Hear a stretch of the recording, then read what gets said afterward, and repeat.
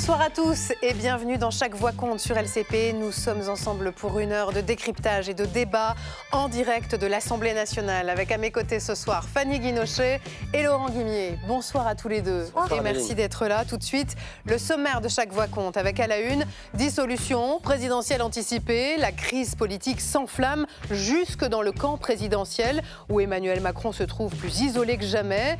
Le chef de l'État a demandé à Sébastien Lecornu de poursuivre d'ultimes négociations pour reformer une coalition. Il a jusqu'à demain soir pour y parvenir.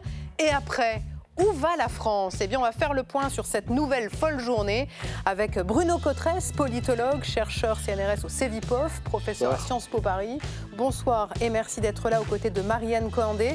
Vous êtes constitutionnaliste, professeur de droit constitutionnel à la Sorbonne. Merci d'être avec nous ce soir. Et Jean-Philippe Dugouin-Clément, vous êtes le maire UDI de Mennecy, une commune de 15 000 habitants dans l'Essonne.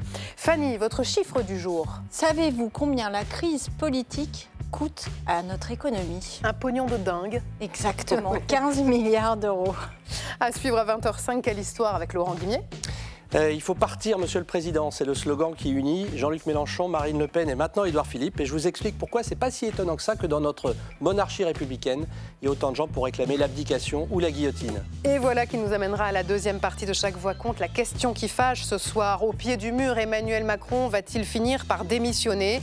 On en débattra avec nos 3 députés du jour. Anna Pic, députée socialiste de la Manche. Anne Le Hénauf, députée Horizon du Morbihan. Et Ludovic Mendes, député apparenté EPR de la Moselle. On attend bien sûr vos questions ou vos réflexions. Vous pouvez flasher le QR code qui s'affiche ici sur votre écran. À 20h30, rendez-vous avec Bourbon Express et Valérie Brochard pour le journal de l'Assemblée nationale. Elle vous dira pourquoi la Marseillaise a résonné aujourd'hui au Palais Bourbon. Voilà pour le menu du soir. Installez-vous confortablement. Chaque voix compte. C'est parti.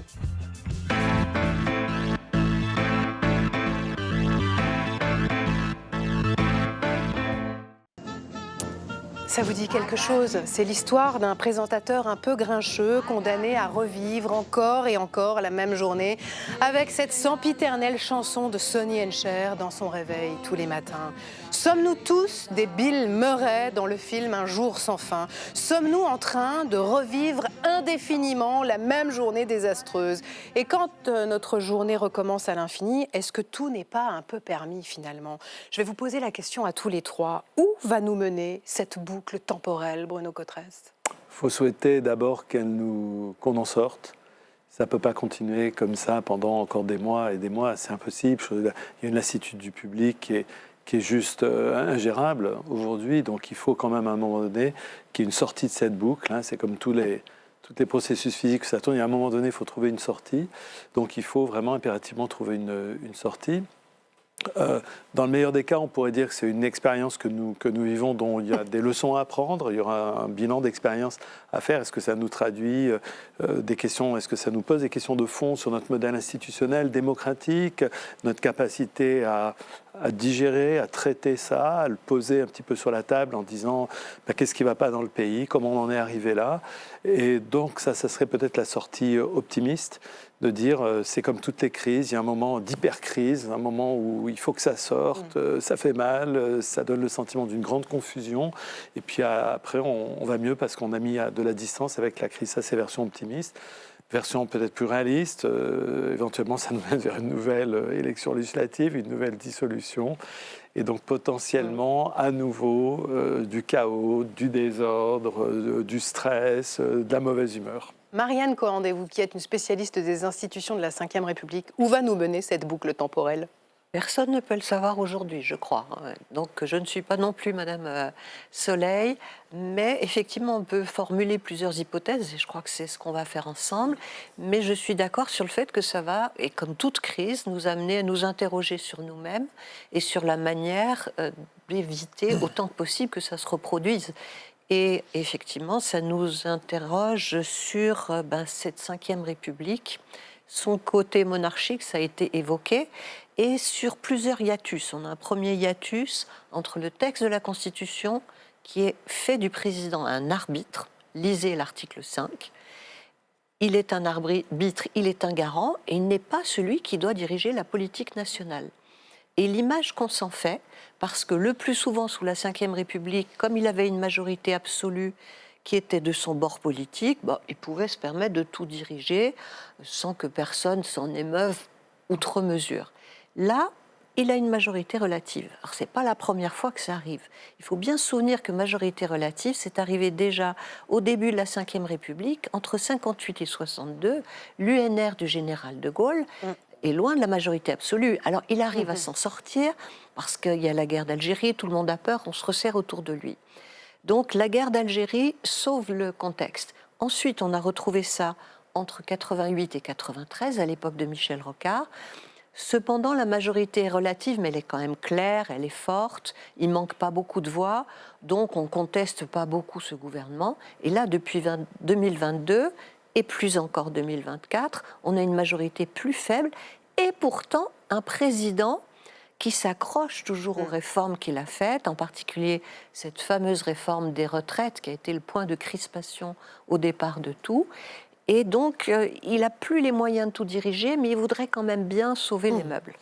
Et vous, monsieur le maire, Jean-Philippe Dugouin-Clément, quel regard vous portez sur le moment que nous sommes en train de vivre ? Je suis assez atterré parce que ça fait maintenant 15 mois que j'ai l'impression que le pays est à l'arrêt complet. Alors vous le disiez, 22-24, c'était une période compliquée, mais depuis la dissolution de juin 2024, on est sur une absence d'action publique. On en est à 3, bientôt 4 premiers ministres en l'espace de moins d'un an et demi. On n'a plus de ligne directrice et en fait, on est dans un pays qui est à l'arrêt. Et ce qui est grave, pour moi, c'est même pas tant les choix ou les non-choix qui sont faits. L'engagement politique, c'est parfois avoir raison, parfois se tromper. Mais aujourd'hui, quelle est la ligne ? Qu'est-ce qu'on fait ? Quel est le budget de l'État ? On est la 6e puissance économique mondiale. Notre note se dégrade, nos taux d'emprunt remontent, la crédibilité et la stabilité politique de la France, qui en a fait une des grandes voies mondiales, est en train de tomber et nous n'avons aucune visibilité sur ce dont demain sera fait.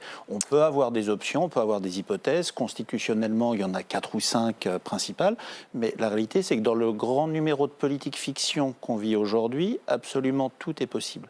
Et aujourd'hui, on nous demande de préparer l'avenir, d'imaginer demain, sans savoir dans quel cadre on va être. Alors justement, puisque vous parlez de demain, ça tombe bien, il reste 24 heures pile à Sébastien Lecornu pour mener la mission de la dernière chance que lui a confiée Emmanuel Macron hier soir, définir une plateforme d'action et de stabilité pour la France. Le Premier ministre démissionnaire a donc jusqu'à demain soir. Là, c'est plus Bill Murray, c'est Jack Bauer, c'est 24 heures chrono. Résumé de la journée avec Hélène Bonduel.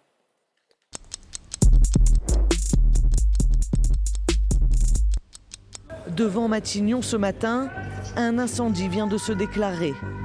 Rapidement maîtrisé, mais à l'intérieur le feu brûle aussi. 48 heures pour sortir de la crise politique, le compte à rebours est lancé. Mais alors que Sébastien Lecornu s'apprête à entamer ses consultations de la dernière chance, ce sont 2 anciens premiers ministres du président de la République qui font monter la pression sur l'Élysée. J'ai dit que je ne comprenais pas ces décisions, qui ont été prises depuis un an avec la dissolution et ce qui en a suivi. Si on m'avait dit il y a 2 ans que je prononcerais cette phrase, évidemment que je ne l'aurais pas cru. Il s'honorerait si par exemple, il proposait un nom de Premier ministre, il nommait un Premier ministre avec pour fonction d'exécuter les affaires courantes et de construire un budget, de faire adopter ce budget. Et qu'à l'issue, il annonce qu'il organise une élection présidentielle anticipée, c'est-à-dire qu'il part immédiatement après que le budget a été adopté. En fin de matinée à Matignon, les présidents de l'Assemblée nationale, du Sénat et les chefs de parti du socle commun conviennent de 2 urgences, l'adoption d'un budget et l'avenir de la Nouvelle-Calédonie. L'avenir du budget, le président insoumis de la Commission des finances s'en inquiète lui aussi. Avant tout retour aux urnes, il faut que, dans ces cas-là, l'Assemblée adopte. Moi, je suis pour la solution de loi spéciale, parce que là, il n'y aura pas de débat politique. Ça serait juste l'assurance qui est la transmission, qui est la continuité du budget. Ça, c'est catastrophique si on se séparait à l'Assemblée sans avoir assuré qu'il y ait un budget pour le pays. Comme pour ajouter à la confusion, Bruno Le Maire prend à son tour la parole. avec un langage qu'on lui connaissait peu. Donc quand je vois que je suis le problème, j'appelle le Premier ministre et je lui dis « je me casse ». Pas de problème.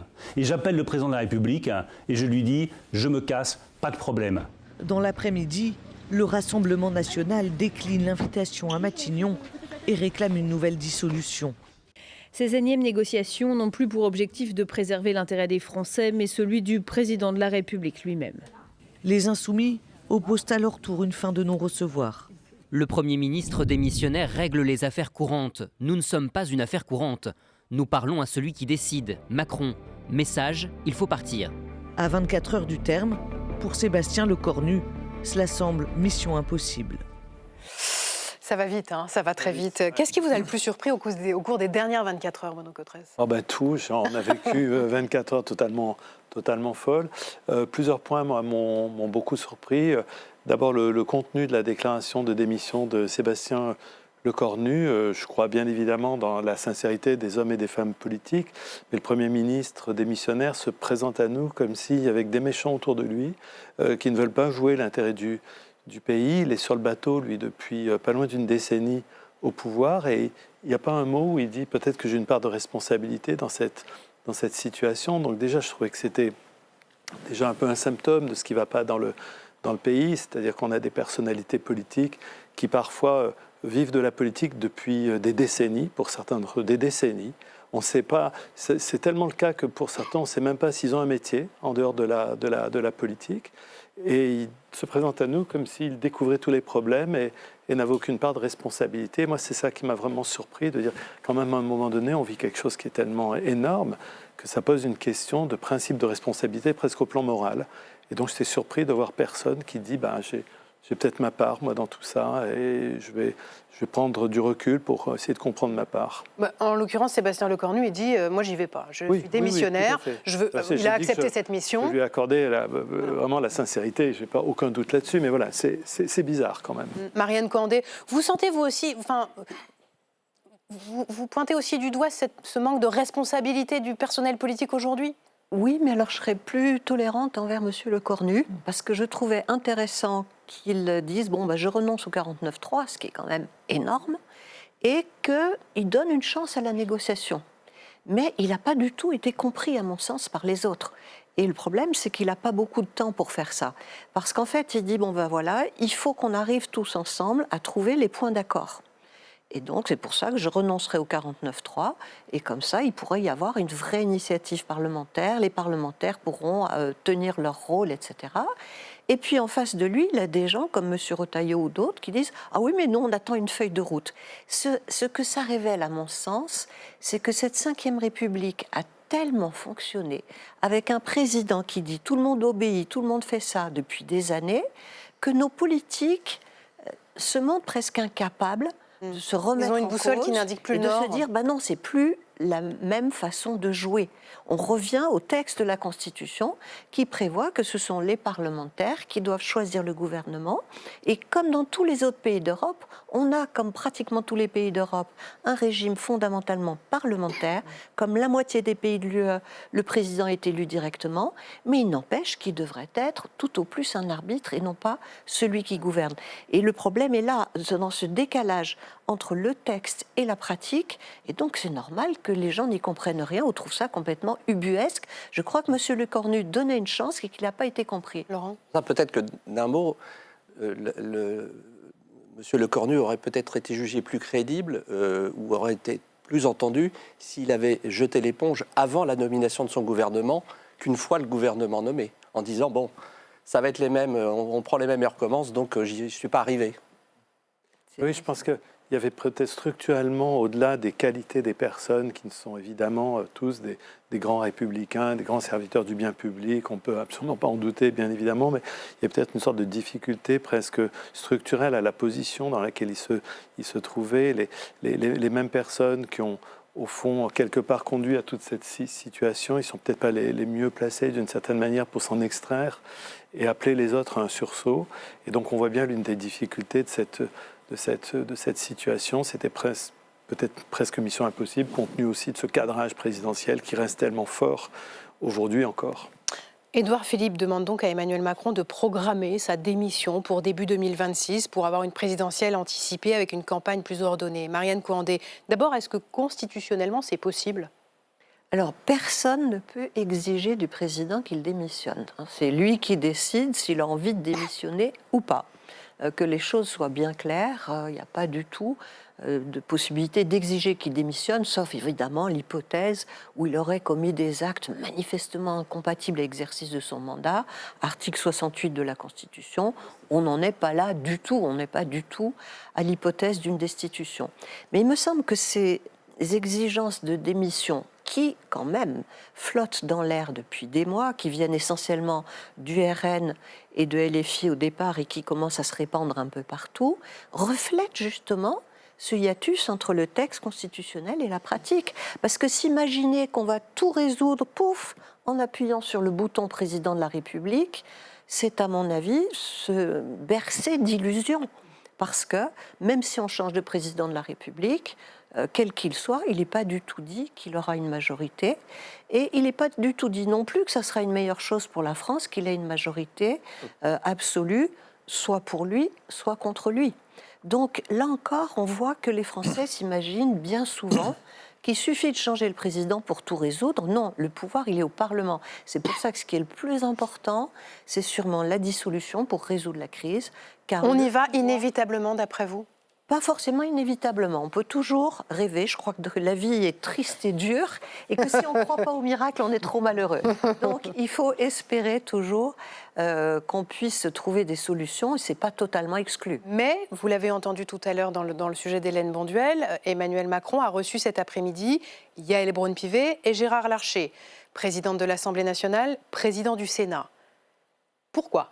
Alors, il a bien fait de les consulter tous les deux, parce que la dernière fois qu'il avait procédé à une dissolution, on avait trouvé que sa consultation était pour le moins assez triviale. Donc là, s'il les a consultés, c'est probablement pour être prêt à faire une dissolution très rapidement, si jamais aucune solution n'est trouvée pour obtenir un gouvernement de coalition. Le Canard enchaîné affirme ce soir que les préfets ont déjà reçu la consigne officieuse de se tenir prêts pour des législatives les 16 et 23 novembre. Ça vous paraît plausible, Bruno Coquerel ? Oui, c'est la date qui serait, s'il y a une annonce de dissolution d'ici quelques heures, c'est effectivement le temps constitutionnel d'organiser des élections et c'est effectivement les dates dont tout le monde parle ce soir. 16 et 23 novembre, donc des élections législatives anticipées, croit savoir le Canard enchaîné. En cas de dissolution, qu'est-ce qui nous dit que le résultat des législatives sera différent d'il y a un an ?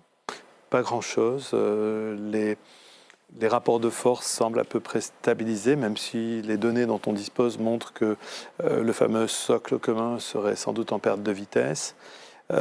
Par contre, je dirais qu'il y a un mérite, me semble-t-il, à la dissolution, indépendamment de ces résultats. Au fond, les élections législatives de 2024 ne se sont pas déroulées comme ayant comme thème principal la question de déficit public. Pas au premier tour. Le deuxième tour était la question le RN au pouvoir ou pas.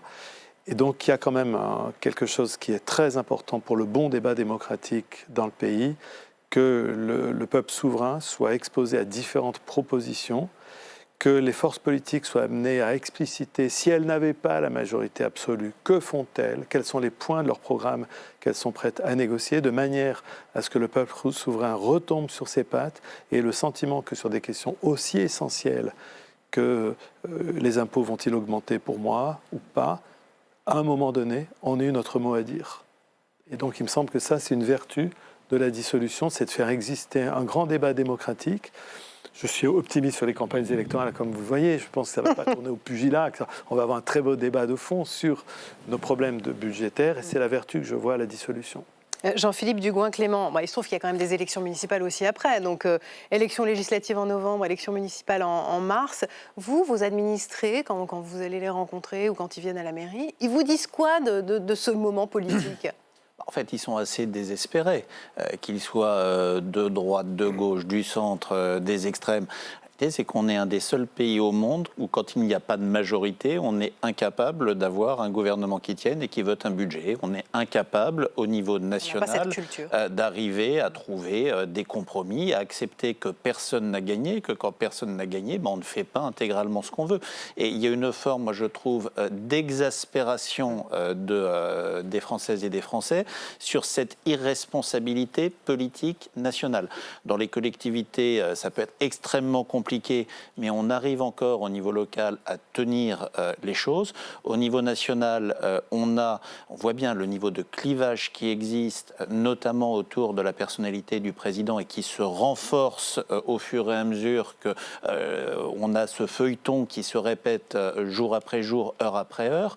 Mais il y a vraiment une sorte de colère, de sentir que le pays est en train de s'enfoncer parce qu'on est incapable, collectivement, d'arriver à mettre un peu d'eau dans son vin. Alors justement, cette colère dont vous parlez, cette lassitude aussi, on la sent en fait partout. Nous sommes allés prendre le pouls aujourd'hui au sein d'une entreprise de chaudronnerie. Reportage sur le terrain signé Thibaut Enoch et Virgile Tron. Bonjour, bienvenue chez CTM. Donc vous êtes ici dans une chaudronnerie, tôlerie, usinage traditionnel. On est dans le milieu de la sous-traitance et on travaille pour des grands donneurs d'ordre comme Thales, Safran, Alpine. En apparence, c'est une entreprise qui ne connaît pas la crise. Dans cette PME qui fabrique des pièces pour la défense, l'automobile ou encore l'aéronautique, les machines tournent à plat régime. Seulement problème, le carnet de commandes jusqu'ici bien rempli est désormais plein de points d'interrogation. On dépend de grandes entreprises, on sent bien que pour l'instant ils sont un peu dans la réserve. Il n'y a aucun signal qui est donné. Il est très compliqué pour nous à l'heure actuelle de dire que va-t-il se passer en avril 2026, en mai 2026. Une incertitude politique traduite en incertitude économique qui pose un problème à ce patron. Forcé de moderniser ses outils pour rester compétitif, il a bénéficié de subventions. Vous avez un investissement qui a eu lieu en début d'année 2025, qui est un robot de soudure, environ 100 000 €. Seulement désormais, là aussi, c'est la page blanche. Pour l'instant, on a gelé les investissements. On pensait à une autre machine qu'on a suspendu nos projets. Jusqu'à temps qu'on ait une vision de ce qui va se passer sur le plan industriel en France. Autre question directement liée au contexte politique dans cette entreprise, la place des apprentis. Ici, les apprentis sont en rouge, c'est comme ça qu'on les distingue. Et là, on ne sait pas où ça va aller. Donc, on ne sait pas si les aides vont être maintenues. Elles ont été déjà diminuées l'année dernière. Le gouvernement, quand même, ça joue un rôle important sur tout ce qui est formation, apprentissage, etc. Donc, c'est assez important. Un climat d'incertitude aussi ressenti par les autres employés. On pense au quotidien parfois, et parfois quand on travaille à la main, ça nous libère l'esprit. À quoi vous pensez à ce moment-là ? Comment on va finir le mois, par exemple. D'après une récente étude, 2/3 des entrepreneurs se disent inquiets de la situation politique, 3 sur 4 tablent même sur une crise financière ou économique à venir. Bruno Cotresse, vous réalisez chaque année un baromètre avec le Cevipof sur la confiance des Français envers leur classe politique. À quoi il va ressembler le prochain ? Un carnage. Un carnage pour la perception des hommes et des femmes politiques. Si on réalisait l'enquête aujourd'hui, on aurait des niveaux stratosphériques de défiance et il y en aurait pour tout le monde. Je pense qu'il n'y aurait pas un seul qui bénéficierait de l'indulgence. Donc déjà, on a une toile de fond qui est une défiance très importante en France, avec depuis de nombreuses années le sentiment que la politique s'est coupée du pays, qu'elle vit dans son monde à elle, qu'elle ne parle qu'à elle. Elle parle un langage codé qui n'appartient qu'à elle. Donc les niveaux de défiance sont déjà très importants. Elle donne le sentiment, la vie politique, de ne pas être empathique, qu'elle ne peut pas comprendre les problèmes des gens. Beaucoup leur reprochent, par exemple, je ne parle pas des élus locaux qui sont vraiment perçus à part, mais pour les élus nationaux, beaucoup leur reprochent. Je disais tout à l'heure que beaucoup de Français disent mais au fond, cette personne, elle sait faire quoi dans la vie en dehors de la politique ? Leur reproche de ne pas avoir une activité réelle. Je le disais tout à l'heure, il y a des personnalités politiques de grand talent, on ne sait pas quel est leur métier, en fait, de base, qu'est-ce qu'ils ont fait dans la vie. J'allais vous poser la question, Jean-Philippe Dugouin-Clément. Ça rejaillit sur vous, cette défiance, ce désamour, ça rejaillit sur les élus locaux ou vous vous semblez épargnés par cette défiance? On le ressent inévitablement. Et puis aussi, est-ce qu'on est dans une société qui est de plus en plus violente, de plus en plus crispée, où collectivement on gère de moins en moins nos frustrations. Vous savez, c'est Gérard Larcher qui dit que les maires sont les élus préférés des Français. Moi, je dis jamais ça. Je dis que c'est les élus les moins détestés des Français, ou ceux qui arrivent encore à être à peu près supportés, parce que, moi, en tout cas, en tant que maire, j'habite dans ma commune. Tant que je serai maire, j'y habiterai, j'y fais mes courses, j'y vis, j'y suis en permanence. Et il y a ce phénomène de proximité où il y a un peu moins ce sentiment de déconnexion quand matin, midi et soir, pour moi, je suis à Mency, ou d'autres collègues maires sont dans leur commune.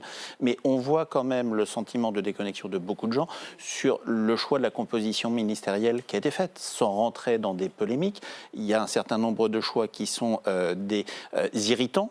Donnez-nous des noms. La question de Bruno Le Maire, c'est quelque chose qui est un irritant, qui est quelque chose qui crispe, et en fait, ce qui moi me sidère, c'est qu'entre l'Élysée et Matignon, il n'y ait pas eu la perception de se dire que c'est quelque chose qui... C'était un épouvantail de le mettre au gouvernement. Et c'est même pas la question Bruno Le Maire, compétent, pas compétent. Il y a juste, c'était pas le moment. C'est quelque chose qui ne pouvait pas être bien ressenti dans l'opinion. Et quand vous êtes déjà à 15-16% dans les sondages, que vous n'avez plus de majorité, que vous êtes en train d'exploser ce qui était un socle commun, il y a des choses que vous ne pouvez pas faire. Et cette perception de déconnexion, elle est le plus on monte dans l'échelon de responsabilité, le plus elle est réelle. Je voudrais qu'on parle de l'éléphant dans le couloir, le budget. Le projet de loi de finances 2026 aurait dû être présenté aujourd'hui à l'Assemblée nationale, Marianne Cohandé. On rappelle qu'il doit être adopté avant le 31 décembre. D'abord, est-ce qu'un gouvernement démissionnaire a le droit de présenter un budget ? Là, on n'a pas de précédent fixe là-dessus. Effectivement, normalement, le budget, c'est quand même la grande œuvre du Parlement. C'est le grand pouvoir fondamental du Parlement. Et historiquement, c'est pour voter l'impôt que les parlements ont été réunis. Et ça reste extrêmement important. C'est donc le Parlement qui devrait en délibérer. Mais là, on va être dans une situation où on risque d'être obligé de recourir par exemple à la procédure des ordonnances prévue par l'article 47 de la Constitution, si le Parlement ne se met pas d'accord. Donc l'idéal, ce serait tout de même que nos politiques, pour une fois, arrivent à se dire, bon, les Français sont inquiets, il faut stabiliser les choses, on se met d'accord sur un Parlement, tout en sachant que ça ne sera pas le grand budget de notre politique, mais qu'il faut que la France ait un budget et que c'est toujours mieux qu'il soit voté par le Parlement que adopté par voie d'ordonnance. Mais si on a une dissolution très vite, ça va être compliqué. D'autant, Fanny Guinochet, que la crise politique, elle a un vrai coût qui vient d'être chiffré à 15 milliards d'euros. C'est l'argent perdu cette année, c'est ça ? Exactement, et c'est l'estimation de l'OFCE. L'OFCE, c'est l'Observatoire français des conjonctures économiques, c'est un organisme indépendant. Alors, il chiffre cette perte avec la crise politique qu'il fait démarrer avec la dissolution l'an dernier et qui s'est poursuivie, on l'a vu, toute cette année j'ai envie de vous dire, de Premier ministre qui tombe à Premier ministre qui tombe. Et c'est vrai que le total de la facture, c'est un demi-point de croissance, ce qui fait 15 milliards d'euros. Alors ça a l'air de rien, ça a l'air d'être l'épaisseur du trait, mais en fait pas du tout, parce que l'estimation pour cette année de notre croissance, c'est 0,8%. C'est l'INSEE qui le dit. Alors vous voyez, 0,5 de perdu sur 0,8%, ça fait quand même une part importante. Mais comment on arrive à ces 15 milliards ? Qu'est-ce qui pèse ? Eh bien, qu'est-ce qui pèse ? C'est des investissements qui sont à l'arrêt. On le voyait très bien dans votre reportage. C'est des patrons qui n'achètent pas des machines-outils parce qu'ils se disent « je ne vais pas avoir d'aide ». Ce sont des embauches qui sont complètement gelées, des recrutements qui ne se font pas, des commandes qui ne sont pas passées.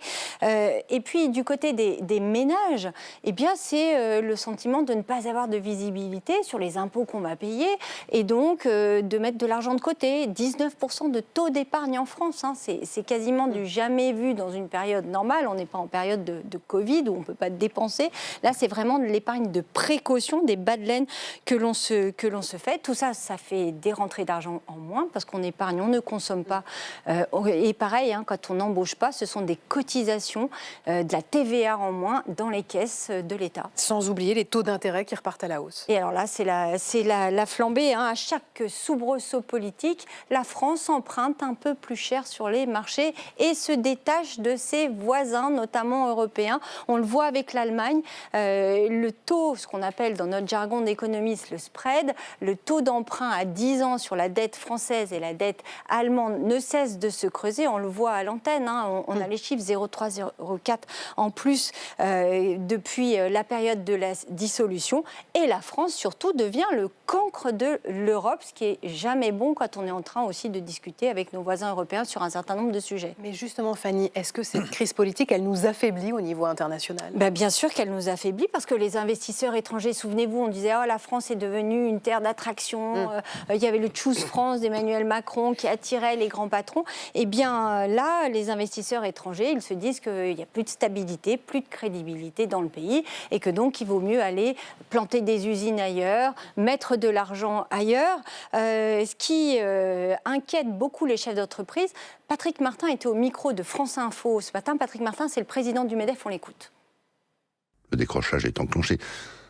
Prenons le cas de l'Espagne. Sa croissance va être 4 fois supérieure à celle de la France cette année. L'Espagne soutient ses entreprises. L'Allemagne, qui est stratégiquement en difficulté parce que beaucoup exposée à l'exportation, la Chine en particulier, prend des mesures avec un gouvernement de coalition avec des socialistes, des mesures de soutien massif aux entreprises. Donc vous voyez, cette indécision politique pèse sur le moral des patrons, sur le moral des Français. Et alors en plus, on se dit qu'on va être dans une impasse budgétaire, ce qui ne va pas arranger les choses. Quand on l'entendait aussi dans votre sujet, il y a aussi la crainte d'avoir quasiment, certes, une crise politique qui s'accompagne d'une crise économique ou même financière. Bon, il y a une toute petite voie très étroite ce soir. Ce sont les négociations que mène Sébastien Lecornu jusqu'à demain soir.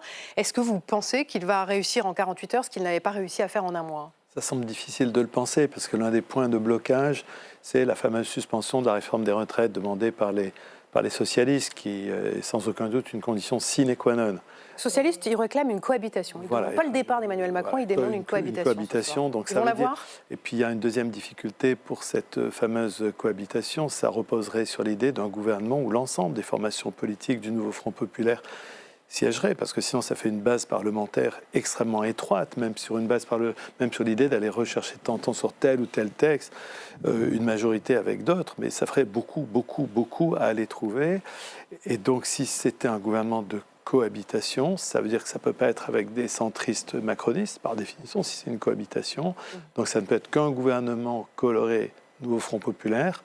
Et on sait que la gauche, elle s'est divisée sur cette question. Les Insoumis et si on parle d'un Premier ministre de centre-gauche, on est dans quel profil ? Voilà, on est sans doute dans un profil qui est un profil peut-être quelqu'un qui a été dans les rangs socialistes ou quelqu'un qui n'est pas loin des rangs socialistes, mais sans forcément une personnalité qui incarnerait le programme du Nouveau Front populaire, parce que il y a du côté des électeurs, eux, ils ont des attentes, ils ont voté pour des candidats qui leur ont promis par exemple le SMIC à 1 600 € au moment des élections législatives de 2024, le retrait de la réforme Borne des retraites, et tout ça, ça pèse, parce que la sincérité de l'acte de vote le jour des élections, c'est aussi une donnée très importante. Merci à tous les trois, en tout cas, d'avoir été ce soir sur le plateau de Chaque Voix compte. On va évidemment continuer de parler de cette crise politique majeure. D'ailleurs, d'un mot, Marianne Coandé, on parle beaucoup de l'expression crise de régime. On y est ou pas encore dans la crise de régime ? Là, on s'en rapproche très sérieusement. Donc la dissolution par excellence, c'est l'acte par lequel on demande l'arbitrage du peuple. Et on va voir ce que le peuple va dire. Et effectivement, on risque après d'avoir une crise de régime. Merci à tous les trois d'avoir été avec nous ce soir dans Chaque Voix compte. On va poursuivre la discussion dans un instant avec nos 3 prochains invités, avec la question qui fâche. Emmanuel Macron doit-il se résoudre à partir ? On en débattra avec Anne Le Henanff, députée Horizon, Anna Pic, députée socialiste, et Ludovic Mendes, député Ensemble pour la République. Avant cela, c'est Quelle histoire ? Et c'est Laurent Guimier.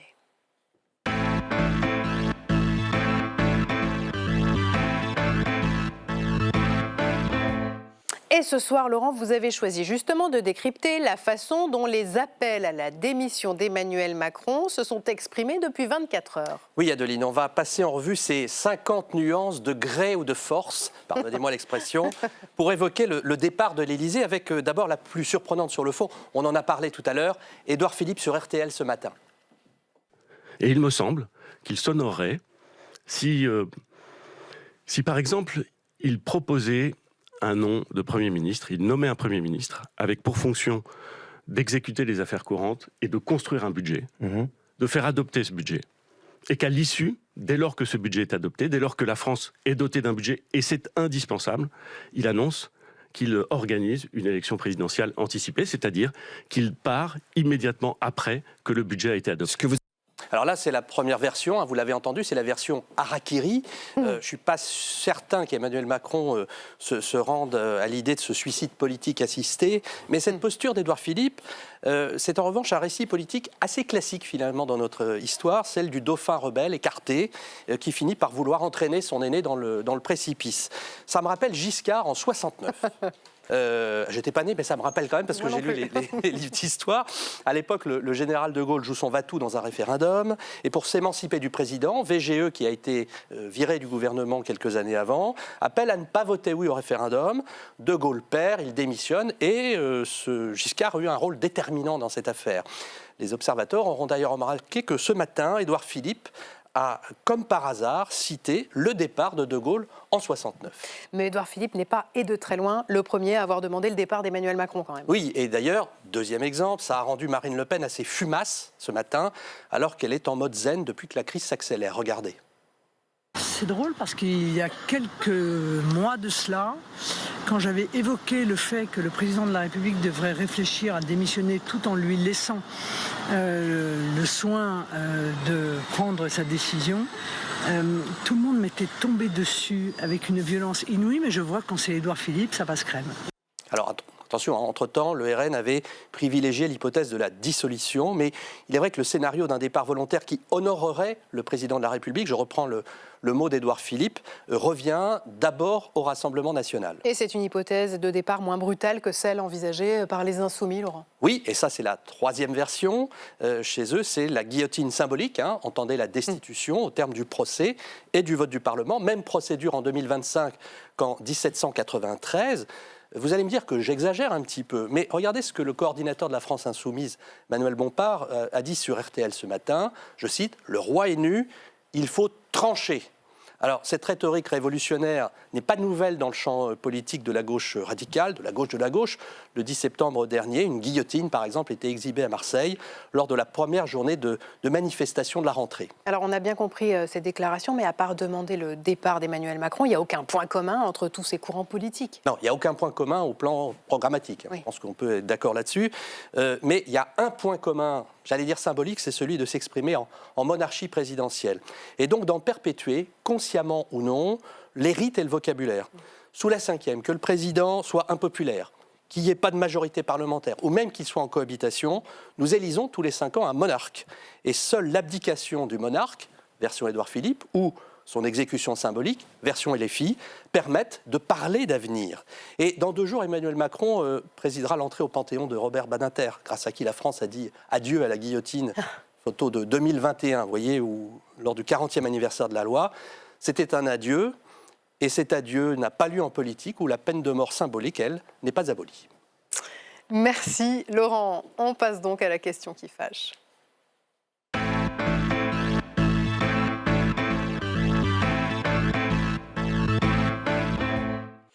Emmanuel Macron paraît plus fragilisé que jamais ce soir. 3 voix politiques pour répondre à une question qui, il y a encore peu, paraissait impensable, jusqu'à ce qu'Édouard Philippe franchisse donc la ligne rouge ce matin. Le président doit-il partir? Je salue mes 3 invités. Anne Le Hénaff, bonsoir. Bonsoir. Députée Horizon, Anna Pic, députée socialiste, et Ludovic Mendes, député Ensemble pour la République. Anne Le Hénaff, vous êtes une proche d'Édouard Philippe. D'abord, est-ce que vous avez été surprise par la sortie d'Édouard Philippe ce matin? Alors, depuis quelques jours, semaines, on échange beaucoup. Édouard Philippe participe à nos réunions de groupe à l'Assemblée nationale. On a eu l'occasion d'échanger, nous, sur notre ressenti, également sur la situation. Un bureau politique hier soir où, sans divulguer évidemment ce qu'il va dire le lendemain matin sur le plateau de RTL, simplement, probablement, il faudra attacher votre ceinture. Il vous dit ça hier soir, il vous dit qu'il faudra attacher votre ceinture. Voilà, exactement. Et vous comprenez quoi à ce moment-là? Je pense que ça va être... On est dans une démarche d'annonce programmatique de la part d'Édouard Philippe qui parle de massif. On a pris conscience à ce moment-là, hier soir, que ça allait être du massif ce matin. Et entre vous, vous vous êtes dit, il va appeler au départ d'Emmanuel Macron ou vous n'alliez pas jusque-là? Je n'ai pas pensé à ça, honnêtement. J'ai confiance en Édouard Philippe. Je sais qu'il ne fait pas de choses à la va-vite, sans réfléchir. Nous sommes des constructifs. Et donc, je me disais que ça allait être quelque chose d'important. Vous aviez accroché votre ceinture? J'étais dans le TGV en provenance de Vannes, mais j'ai effectivement dit OK. C'est clair. Et c'est clair. Et en fait, ça a clarifié une situation. En ce qui nous concerne, nous les députés Horizon, on était en attente. On était en attente d'une clarification de la position d'Édouard Philippe aussi par rapport à la situation qui s'exprime fortement sur la situation politique, l'instabilité, sur les perspectives à quelques mois. On n'a pas été déçus du voyage. Mais qu'est-ce qui n'était pas clair? Est-ce que ce qui n'était pas clair, c'est votre appartenance au socle commun? Disons qu'on est dans une position parfois qui est inconfortable, parce que nous sommes un groupe uni, tout d'abord, et on est loyaux. Mais Édouard Philippe a toujours dit « je suis loyal mais libre ». Et j'ai eu le pressentiment hier qu'il allait utiliser la partie libre de sa prise de parole et de position ce matin, ce qu'il a fait. Et au moins, ça clarifie les choses sans renier notre démarche constructive. Mais là, on dit les choses, on est clair, il n'y a pas d'ambiguïté. Et ça, on aime bien ça dans le groupe Horizon. Ludovic Mendes, est-ce qu'Emmanuel Macron doit partir, comme le dit Édouard Philippe? Non, bien entendu. Mais est-ce que vous aviez attaché votre ceinture, vous, ce matin? J'étais comme ma collègue dans le train en train d'arriver de Metz, donc j'ai vécu la même situation. Et je suis sûr que quand je l'ai entendu, j'avais vu un message sur le réseau social X de Nathalie Loiseau qui disait que ça allait décoiffer. Je ne m'attendais pas à être moi-même décoiffé sur ce moment-là. Non, réellement, je pense qu'il faut aussi, vous l'avez dit tout à l'heure, on est en train de parler de monarchie présidentielle. Je crois qu'on oublie qu'il y a une séparation des pouvoirs aussi. Et que le Parlement a toute sa place à jouer. Et je veux dire... Le plus gros des cirques, il a été joué à l'Assemblée nationale, il n'a pas été joué ailleurs. Alors même si ce qui s'est passé ce week-end avec le gouvernement, et lundi matin, est intolérable et on n'aurait jamais dû en arriver là, et que je pense que certaines personnes n'ont pas joué le jeu qu'ils auraient dû jouer correctement, je pense que le cirque, il est à l'Assemblée. Et je crois quand on veut travailler ensemble, on y arrive. Après, chacun a campé sur ses positions. Alors vous dites qu'on peut travailler ensemble, mais qu'en même temps, c'est le cirque. Oui, parce qu'en fait, on arrive à travailler ensemble, en même temps, on arrive à faire le cirque parce qu'on a besoin de s'affirmer, de se faire entendre. Certains visant en 2027, il y avait besoin pour chaque parti politique de se faire entendre. La réalité, c'est que malgré tout, même quand on avait des désaccords avec Horizon ou avec LR ou avec d'autres, on arrivait à travailler. Et pareil, on avait des désaccords et des désaccords avec le PS, on a réussi à travailler.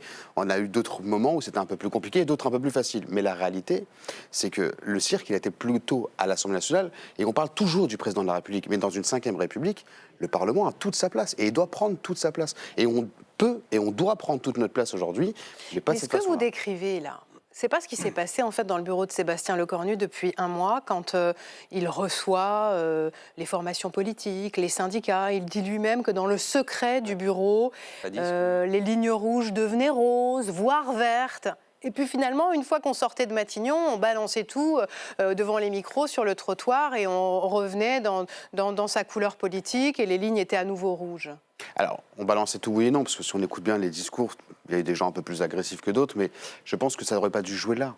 Moi, je fais partie des premiers qui, l'année dernière, dès l'annonce de Michel Barnier, de dire d'abord on parle du quoi, du fondement de ce qui va nous permettre de travailler, et après on parlera de qui peut incarner ça.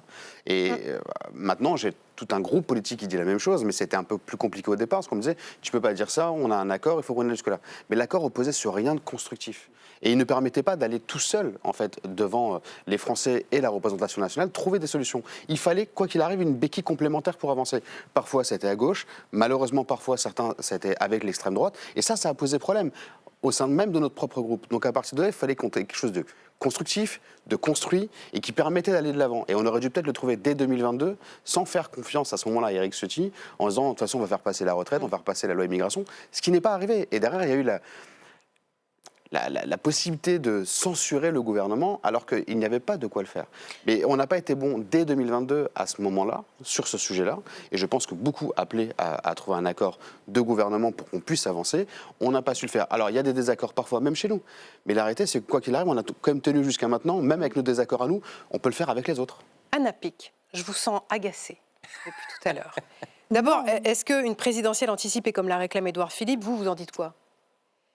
Je crois qu'il faut revenir, parce que ce que je viens d'entendre, j'ai l'impression qu'on ne voit pas le même monde, en fait. C'est véritablement... C'est-à-dire que, quand même, il faut revenir sur un certain nombre d'éléments. Qu'est-ce que c'est que le rôle du président de la République dans cette 5e République où désormais nous élisons au suffrage universel? Pourquoi il est élu au suffrage universel et pas ce qui était autrefois sur une autre façon au 2e degré? Mais ce n'est pas compliqué.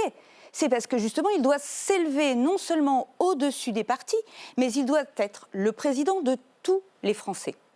Or, ce à quoi nous assistons depuis 2022, c'est que, insatisfait de ne pas avoir la majorité absolue qu'il avait précédemment, il refuse de comprendre qu'il doit effectivement ne pas être, en plus du Premier ministre, un chef de l'exécutif, mais qu'il doit véritablement présider pour tous les Français.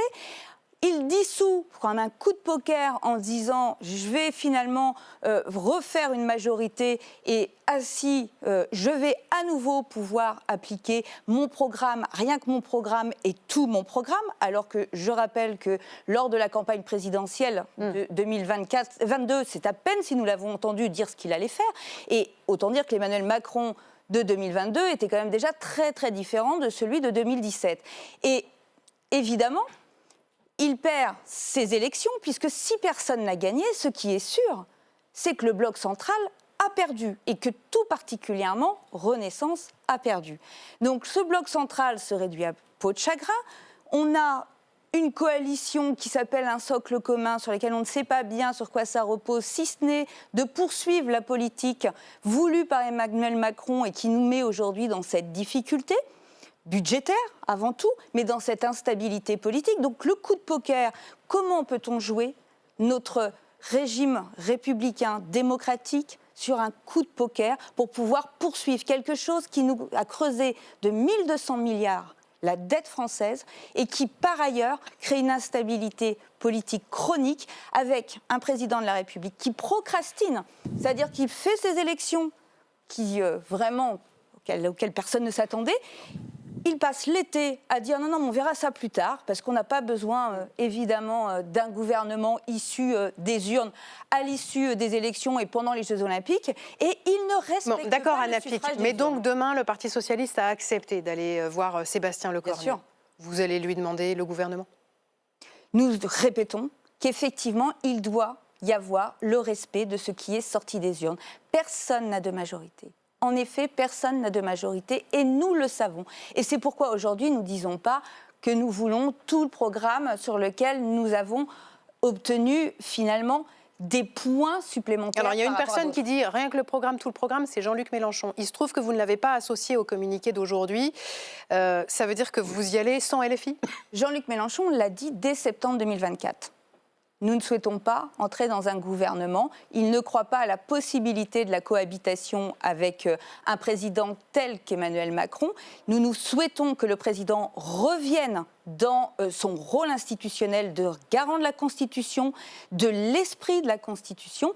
Et nous souhaitons qu'un gouvernement de la gauche et des écologistes puisse avoir cette proposition qui est à la fois une proposition de méthode et une proposition où nous replaçons l'ensemble des débats qui ont fracturé la société ces 2 dernières années sur le métier et le porter au débat parlementaire. Vous gouvernez donc le Parti socialiste avec des écologistes et au Parlement, vous faites comment? Mais ça, ce dont on parle en termes ministériels et de gouvernement, c'est finalement la capacité à porter des éléments qui ont été portés majoritairement dans le débat.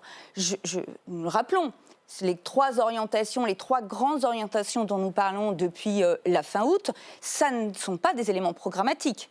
C'est la justice fiscale avec la taxation des patrimoines des multimillionnaires, plus de 100 millions d'euros de patrimoine, c'est pas, je veux dire, c'est 1800 foyers fiscaux. Nous considérons qu'effectivement, il faut améliorer les revenus des Françaises et des Français qu'ils ne peuvent pas attendre sur ce point de vue-là, que les travailleurs, les classes moyennes et populaires ne peuvent pas payer le déficit creusé par une politique qui a enrichi les plus riches et que, à ce jour, effectivement, c'est uniquement des éléments tels que cela, avec l'investissement, évidemment, qui permettent de relancer l'économie, que nous portons au débat. Et avec ça, Nous savons que les députés avec de gauche, quels qu'ils soient, sont prêts à voter sur ces éléments-là. Et bien entendu qu'il y a aussi des majorités qui se trouveront et qu'il faudra. Mais en tout cas, ce soir, comme le disait Boris Vallaud cet après-midi, on va être les derniers à ne pas demander la démission du président. Mais parce qu'il est le seul responsable. C'est à lui de faire enfin face à sa responsabilité, qui arrêter de jouer nos institutions au poker, arrêter de délégitimer la démocratie représentative. Ludovic Mendes, Sébastien Lecornu poursuit donc pendant encore 24 heures ces discussions avec les formations politiques. Est-ce que vous plaidez, vous aussi, pour la nomination d'un négociateur ? Oui, mais moi, comme je vous le disais tout à l'heure, je le demande depuis un an, parce que je pense que c'était la meilleure chose à faire pour qu'on puisse avancer. Personne n'a de possibilité d'avoir une majorité en l'état. Je veux bien écouter ma collègue Anna Pic, qu'on soit clair. Même vous ne l'avez pas, même avec l'ensemble du LFP. Personne ne l'a. On va mettre tout le monde d'accord. C'est pour ça que je le dis. Je veux dire, il faut qu'on mette tous un peu d'eau dans notre vin, qu'on revienne qu'on ait un peu d'humilité, de se dire qu'en fait, là, on devient la risée du monde politique parce que les Français nous regardent différemment. Et ils nous le disent tous. Et les sondages la semaine dernière le disent. 9 Français sur 10 veulent qu'on trouve un compromis. Et ils acceptent qu'on se dise ni RN, ni LFI. Alors là, on a une base de travail qui n'est pas négligeable. On a dit, de notre côté, qu'on était prêts à avoir plein de choses, à aller autour de la table, sans dogme. Parce qu'il faut inventer une nouvelle doctrine. Ce qui se passe ailleurs en Europe. Et je pense que, malgré tout, on aura encore cette tripartition qui va se mettre en place. Je ne suis pas certain que pour vous pensez que la tripartition, ce n'est pas un effet Macron, c'est quelque chose qui va durer en France la société est véritablement encore clivée et fracturée. Et qu'il y a des gens qui sont plus à droite, d'autres qui sont plus à gauche. Et je suis désolé, mais même au sein du Rassemblement national, ils ne sont pas d'accord entre eux. Quand j'écoute Jean-Philippe Tanguy, quand j'écoute Bardella et quand j'écoute Marine Le Pen, il y a une différence de discours qui est assez exceptionnelle. Entre eux, à l'extrême droite, ils ne sont pas d'accord non plus. Donc ça démontre bien qu'il y a des difficultés de fond. Et là où Mme Le Pen prend des voix, c'est justement sur la partie sociale. Donc nous aussi, on peut apporter ces réponses-là. Mais il faut qu'on accepte tous de dire que ce n'est pas une victoire de parti, c'est une victoire parlementaire, parce que nous avons été élus par le peuple et qu'à partir de là, on doit prendre nos responsabilités au-delà des partis politiques. Et je crois qu'on nous a reproché souvent de manquer d'humilité sur ce sujet-là. On a fait un mandat honorable à plusieurs sur cette thématique-là. Je crois qu'on doit tous aller dans le même sens et même si le PS a encore des désaccords sur certains sujets, on ne doit pas être là pour s'écraser les uns les autres, mais trouver une solution pour avancer. Et ça n'a pas été simple. Et moi, j'étais un des premiers à dire depuis le début que ça ne pouvait pas fonctionner simplement avec la droite si on n'avait pas justement le PS avec. Là, il y a une coalition possible qui est assez large et qui apporte une majorité. La réalité, c'est que ce soir, si vous respirez un peu, ça sent quand même très fort la dissolution. Yaël Braun-Pivet et Gérard Larcher ont été reçus à l'Élysée cet après-midi. Gérard Larcher a fait dire que ce n'était pas pour des raisons de dissolution, mais pour parler de tour de raisons politiques. Vous pensez vraiment que Emmanuel Macron les a consulté les deux présidents du Parlement, pas pour leur parler d'une éventuelle dissolution? Je n'en sais rien. Et je vous le dis honnêtement, moi je pense qu'on n'a pas tout essayé. Il y a encore des possibilités d'avancer. Et je crois vraiment, et je le dis sincèrement, que si demain il y a dissolution, vu les résultats qui arrivent derrière, le président de la République n'a plus aucun rempart. Pourquoi les résultats qui arrivent derrière? Le RN n'aura pas de majorité, mais aura une forte victoire. La gauche sera toujours présente et le bloc central aussi. Personne n'a de majorité et ne peut avancer. Et si un obtient la majorité, c'est vraiment que les Français ont décidé de mettre le RN au pouvoir parce qu'il en a marre des autres. Et donc on sera tous comptables de cette malchance politique parce qu'on aura participé à créer cette malchance-là. Mais la réalité, c'est qu'on n'a pas tout essayé et qu'on doit pouvoir apporter d'autres réponses. Mais le président de la République, derrière, et Marine Le Pen, quand elle dit qu'il souhaite sa démission, si demain la LFI redépose une motion de destitution qui dit qu'elle ne la vote pas en disant « le peuple la demande, je la fais passer », elle fonctionne comme ça. Sa stratégie, c'est toujours de dire « je justifie tout ce que je fais par le peuple ». Et si à partir du moment où elle a des sondages où on dit 70% des Français veulent la destitution du président de la République, elle la votera. Et là, c'est la pire catastrophe pour la Ve République. Attention, destitution, c'est quand même un chemin constitutionnel très très complexe. Vous savez, si l'Assemblée nationale, je suis d'accord, mais si l'Assemblée nationale la vote avec LFI et le RN qui peuvent avoir une majorité, je peux vous assurer que même si le Sénat ne la vote pas, ce que ça va impliquer dans le cœur... La charge symbolique de cette... On est encore dans une nouvelle fenêtre d'Overton, où d'un coup des choses impensables deviennent acceptables. Écoutez-la parler et vous verrez qu'en fait, elle laisse déjà sous-entendre que son seul objectif, c'est de faire tomber Emmanuel Macron. Parce qu'elle est persuadée qu'elle est la seule à pouvoir gagner la prochaine présidentielle si elle tombe d'ici 35 jours. Alors écoutez, en termes de travail en commun, la réalité, c'est que depuis 2022, nous ne sommes pas foutus de le faire à l'Assemblée nationale. Excusez-moi de parler de manière aussi triviale, mais on est incapable de le faire. C'est ça la réalité. Donc moi, je veux bien entendre des discours, on est capable de le faire. On n'a pas été, pour l'instant, capable de le faire. Vous trouvez que l'Assemblée nationale n'a pas été capable de montrer que les groupes parlementaires étaient capables de travailler ensemble quand il y a des commissions d'enquête avec un rapporteur LR et un président de commission. À chaque fois, le budget a bloqué. Ça, c'est le fonctionnement de l'Assemblée nationale. Et en fait, ça fonctionne bien, les commissions d'enquête, les commissions, ça fonctionne bien. Mais la réalité, c'est que nous ne sommes pas en capacité. Pourquoi ? Parce qu'il y a des égos. Il y a des lignes rouges en permanence. Édouard Philippe, pourquoi il a pris cette position ce matin ? C'est parce qu'il a pris de la hauteur. Parce qu'il n'a pas d'ego. Il a voulu prendre de la hauteur par rapport à la situation et surtout, il veut finalement, d'une certaine manière, mettre le président de la République face à ses responsabilités. Et la principale responsabilité du président de la République, c'est de faire en sorte que les institutions fonctionnent en France. Et dans les institutions, il y a le Parlement. Et le Parlement ne fonctionne pas. Effectivement, je suis d'accord avec mon collègue. S'il y a une dissolution sèche, là, tout de suite, le RN va augmenter son nombre de députés. Nous arriverons à une crise de régime. Vos intervenants tout à l'heure en ont parlé et la dame a dit on n'est pas très loin de la crise de régime. S'il y a une dissolution, la réalité c'est que le RN aura une majorité relative et que donc on sera dans une vraie crise de régime. C'est ce que Édouard Philippe ne souhaite pas, c'est ce que nous, Horizon, on ne souhaite pas arriver à ce stade. Ce qu'on propose, parce que c'est la priorité pour les Français, c'est de débloquer, de libérer les énergies et l'économie. Il nous faut un budget, c'est ça la priorité de la France. Et donc c'est ce qu'il a proposé. Et dans la continuité du vote d'un budget qui, je l'espère, grâce à un médiateur ou un Premier ministre qui fait consensus, eh bien la deuxième étape, ce serait d'envisager que le président un Premier ministre sont des élections présidentielles. Vous parlez d'un négociateur, qui ? Il y a des noms qui circulent comme Laurent Berger, Jean-Louis Borloo. J'en ai aucune idée. C'est pas à mon niveau que ce genre de noms circulent, vous imaginez. Oui, mais vous voyez bien que le qui, ça peut être un épouvantail. On l'a vu avec Bruno Le Maire dimanche soir. Donc le qui, c'est important quand même. Oui, mais Bruno Le Maire n'était pas négociateur. Je pense qu'il faut qu'on sorte de là aussi. Alors il y a des épouvantails, mais là, c'est un petit peu de la provocation que vous faites. Quand on parle d'un Premier ministre 100% focalisé sur le budget de la France, c'est quelqu'un qui est reconnu par tous, qui a de l'expérience, un ancien parlementaire probablement, peut-être un ancien ministre des Finances, que sais-je ? Je ne suis pas dans ces secrets, ça ne se joue pas à mon niveau. Par contre, la chose est sûre, c'est que la proposition d'Édouard Philippe, c'est d'avancer les élections présidentielles parce qu'on a besoin de débloquer les institutions. Juste une chose, quel que soit le négociateur ou le Premier ministre, en termes de calendrier, c'est très court parce que si on veut avoir un budget, pour des raisons toutes simples, il faut qu'il soit déposé avant le 13 octobre, avant la semaine prochaine. C'est 70 jours avant la fin de l'année. Pour qu'il soit adopté avant le 31 décembre de cette année, sinon ce serait une loi spéciale. Bon, ce soir, la voie la plus démocratique, la solution la moins risquée, on va dire, pour la stabilité du pays. Je vous demande à tous les trois une réponse courte. La voie la plus démocratique, c'est de revenir à nos institutions. Le président préside, il laisse finalement... Il accepte le résultat qui a été celui de juillet 2024 et qu'il laisse effectivement faire le Parlement.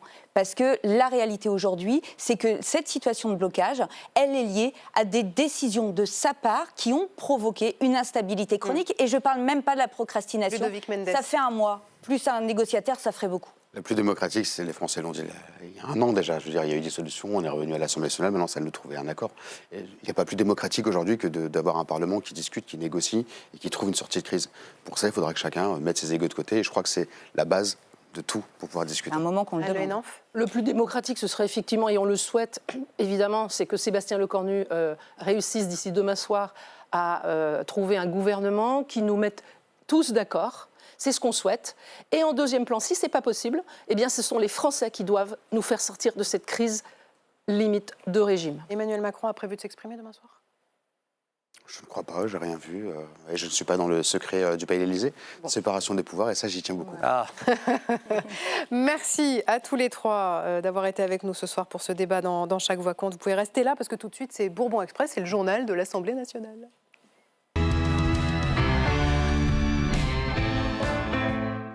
Et c'est avec Valérie Brochard. Bonsoir. Bonsoir Valérie. Alors qu'il reste donc 24 heures à Sébastien Lecornu pour tenter de résoudre la crise politique, les députés sont déjà dans la presse, semble-t-il. Mais oui, la dissolution n'a pas encore été actée, ni même prononcée, peut-être même pas pensée. Mais je peux vous dire, Adeline, qu'au Palais Bourbon, tout le monde s'y prépare. Certains sont même carrément déjà prêts, comme le député du Rassemblement national, Franck Giletti. Cet élu du Var appelle à un retour aux urnes. Regardez dans l'entretien qu'il donnait à Nice ce matin, aujourd'hui. Il précise même, depuis des semaines, tout est prêt au RN pour repartir en campagne en cas de nouvelles législatives anticipées. On n'a plus qu'à appuyer sur le bouton. Alors, sans déclencher encore la campagne officielle, le député postait hier sur son compte Twitter quelques photos de collages d'affiches, en précisant bien sûr que ce n'est là que l'activité normale et trimestrielle d'un élu en circonscription. Mais bon, si jamais la dissolution arrive, les affiches toutes neuves seront déjà collées, sait-on jamais. Et du côté de l'Assemblée, ici à Paris, eh bien, le député Laurent Jacobelli, porte-parole du Rassemblement national, est non seulement prêt à la dissolution, mais il a même le nom du prochain Premier ministre. Dissolution, nouvelles élections, Jordan Bardella, Premier ministre. Je ne vois pas d'autre solution parce que sinon ce sera du tripatouillage entre des gens qui sont incapables de prendre les réformes profondes qu'il faut prendre. Je pense que la farce a assez duré. Il faut maintenant tourner la page et retourner aux urnes. Alors, un cadre du parti me confiait aujourd'hui que Marine Le Pen, qui était invitée à Matignon demain matin, a préféré décliner la discussion avec Sébastien Lecornu, préférant se rendre au salon de l'élevage de Clermont-Ferrand. Une visite qu'elle envisage comme une sorte de premier déplacement de campagne. Bon, le Rassemblement national est dans les starting blocks. D'ailleurs, un petit tour de table avec nos 3 invités. Vous, si jamais il y a une dissolution demain, on parle de législative mi-novembre. Vous avez des affiches qui sont prêtes, vous avez un infographiste qui travaille Alors, on le fera, je le ferai comme il y a un an. C'est-à-dire qu'on a eu très peu de temps pour réagir. En gros, en une nuit, on doit tout préparer. Et donc, s'il y a une dissolution, eh bien, je ferai la même chose que l'année dernière. Je sais faire et on se remettra au boulot. Et puis, on repassera aux urnes. Quelles que soient les décisions à venir, évidemment, nous sommes prêts. Bah, oui. C'est vrai, les autres, ils sont prêts vraiment ? On n'est pas tout à fait prêts au même niveau, un petit peu moins prêts. Chez les socialistes, en l'occurrence, pas de problème. Il y a les candidats nécessaires partout sur le territoire, mais la dissolution ne résoudrait rien. On a des discussions avec des partenaires qui sont nos partenaires naturels, avec qui on dirige des communes, des départements, des régions partout en France. Donc on est prêt. Simplement, on considère que ce n'est pas la bonne solution. Pourquoi ? Tous les sondages le disent. On aboutirait de nouveau à 3 blocs. À un moment, on recherche de l'argent public. Une dissolution, c'est 200 millions d'euros et net. Juste le coût des élections, de la campagne électorale, de l'installation des nouveaux députés, sans parler de l'instabilité qui pourrait renforcer la crise de la dette. Alors, vous l'avez dit, pour le Parti socialiste, pas besoin de dissolution. Pour tout arranger, il suffirait de nommer un gouvernement de gauche qui négocierait un pacte de non-censure avec le bloc central. Des prières peut-être déjà entendues. Et du côté du groupe Lyot, Adeline, on a rencontré le député Harold Huvar qui s'amusait de l'effervescence et de la peur que suscitait chez certains l'idée même de dissolution. Écoutez. Je vois beaucoup de collègues qui sont quand même très impressionnés par la peur de la dissolution. Vraiment, certains qui ont carrément la trouille. On leur donnerait une olive, ils nous feraient 1 litre d'huile. On leur donne une olive, ça fait 1 litre d'huile. Voilà, mais au-delà de la métaphore filée, le député est prêt. Il a tous les outils à disposition, mais la dissolution n'est pour lui pas la bonne issue. Oui, j'ai du papier, j'ai appelé mon banquier, mais le vrai sujet, c'est d'aller jusqu'au bout de la mission que les électeurs nous ont confiée. Et ça, aujourd'hui, on n'en est pas encore là. Je pense qu'avant d'arriver à la dissolution, il y a encore d'autres étapes. Il y a des solutions qui n'ont pas été tentées, comme une coalition plus au centre-gauche, comme une ouverture en dehors du cercle des fidèles de M. Macron. Et donc je pense qu'aujourd'hui, le Parlement doit reprendre la main et proposer une solution qui soit indépendante du président. Un chemin sur lequel souhaite s'engager aussi le député modem Erwan Balanant, pris par l'émotion de la situation. Est-ce qu'aujourd'hui, on est prêt à travailler pour les Français et sortir des postures politiciennes, sortir pour certains des calculs présidentiels ? Parce que moi, je l'ai dit hier, j'avais honte, j'avais un effet de sidération et de honte face à la situation et à cette explosion d'hier. Voilà. L'important, je crois que les Français, moi dans ma circonscription, les Français que j'ai vus ce week-end et hier, ils ne m'ont pas dit dissolution, ils ne m'ont pas dit démission du président, ils m'ont dit mais travailler ensemble. Voilà, et loin de ces considérations, en ce 7 octobre, il y a aussi des députés qui ont tenu à rendre hommage aujourd'hui aux victimes des attaques terroristes menées par le Hamas. Absolument, cela fait 2 ans aujourd'hui que les terroristes du Hamas ont attaqué Israël. 47 otages seraient encore en vie et c'est avec leur portrait dans les mains qu'une 60aine de députés a entonné la Marseillaise dans l'une des cours du Palais Bourbon.